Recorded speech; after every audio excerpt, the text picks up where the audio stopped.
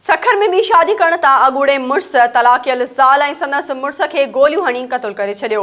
सखर मां एडी घनियो जी रिपोर्ट मूजिबि बंदर रोड वारे इलाइक़े में जवाबदार हैदर गडाणी पंहिंजे अगूणी ज़ाल ज़ीनत ऐं संदसि मुड़स अली अकबर सोलंकी खे गोलियूं हणी क़त्ल करे छॾियो, जॾहिं त फायरिंग में 3 वरहनि जी ॿाड़ी ज़ख़्मी थी पई।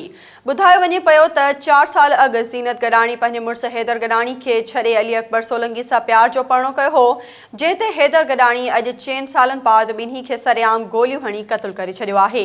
क़त्ल थी वियल नौजवान अली अकबर सोलंकी जो तालुक़ नौशरो फिरोज़ सां ॿुधायो पियो वञे, जेको सिक्योरिटी फोर्सिस जो अहलकार हो।